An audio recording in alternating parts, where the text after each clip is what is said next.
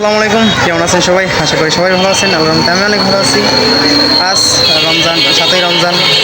আজ তো এখন ইনস্টল করতে পারতেছি না, তাই আজকে একটা সাইকেল বিল করব, মানে সাইকেল আছে, এটা মোটিভি করবো আজ নিজে ভাবি। একটা ছোটো বাড়ির সাইকেল, এটার এখন মানে সারাবো, তাই এটা আপনার শেয়ার করলাম, দেখতে থাকুন। এটা অনেকই সমস্যা আছে, এই সিট লড়তে আছে, তারপরে এই পাখারি, তারপর আর চাক্কা অনেকটাই গজে, প্যাডেল গজে, তারপর গলা অনেকটাই তাই এগুলো সব আজ মেরামত করবো। তারপরে এইটা এগুলো সব আজ ঠিক করব, তো দেখতেই থাকুন। আর কাজ বাজ যদি ভালো লাগে তো অবশ্যই চ্যানেলটি সাবস্ক্রাইব করে দেবেন। তো লেটস গো। তো প্রথমেই আমি হ্যান্ডেলটা খুলে নিতে আসি, যে গলাটা গজতে আছে ওটার ভিতরে মনে হয় বল পড়ে গেছে বা গিলিসটা শুকিয়ে গেছে, লিগিয়া গজে বা ওই কটকট করে, তাই আমি এটা প্রথমে খুলে নেব। খুললে তারপর দেখবো বল পড়ছে নাকি করছে, তারপর ভালো করে লাগাবো যদি না গজে ওইটা। আর তো খোলা হয়ে গেল এখনই।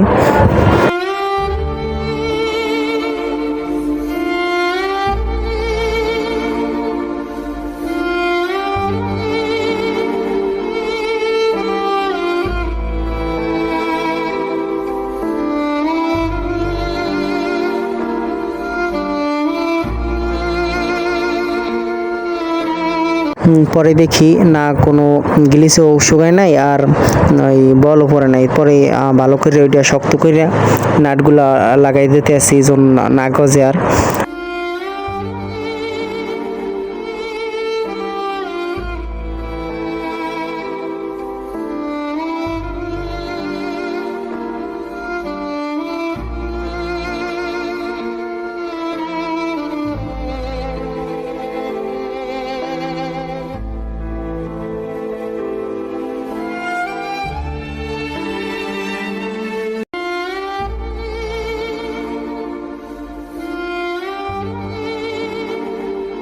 তো লাগানো শেষ, মাশাল্লাহ। আর একটু গজেন, এখন সম্পূর্ণভাবে ঠিক আছে, আর কটকটও করতে আসে না।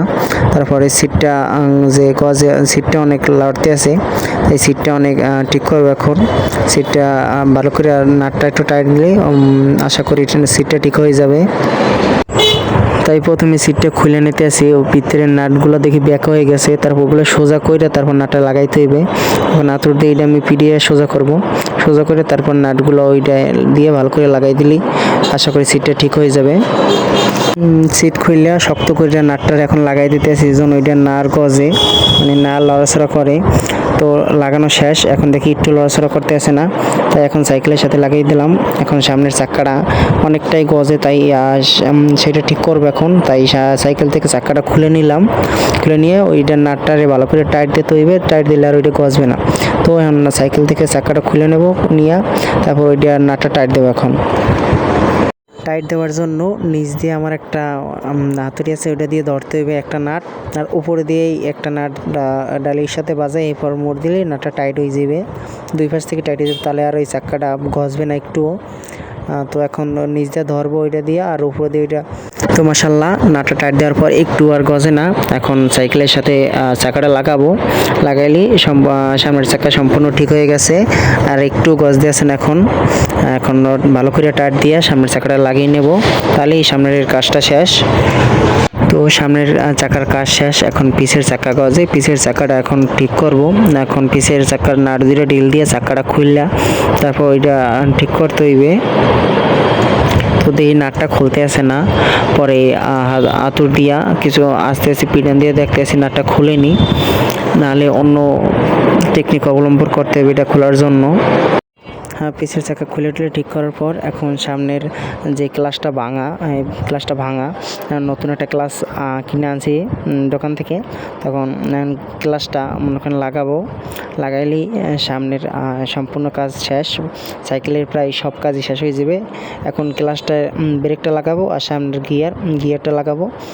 তো এখন সামনের ক্যারেনের যে গিয়ারটা থাকে, সামনের গিয়ারটার সাথে লাগাইতেছি তারের, ক্লাসের সাথে যে তারটা থাকে সামনের গিয়ারে, ওই গিয়ারের তারটার সাথে ক্লাসের তারটা লাগাইলে সামনের গিয়ারটা ঠিক হয়ে যাবে। পরে ব্রেকের তারটা লাগাবো। এখন গ্রিপটা লাগাই নিতে আসি, যার কারণে জন্য ক্লাসটার যেটু মাপ লাগবে ওটু মাপের জন্য আমি ক্লাসটা আটকাইতে পারি হ্যান্ডেলের সাথে। যখন এলকি দিয়া ওইটা নাটটা এখন লাগিয়ে নেব। গ্রিপটা লাগানো শেষ, এখন এলকি দিয়া ওইটা লাগাই নিলে ক্লাসটা লাগানো সম্পূর্ণ কমপ্লিট।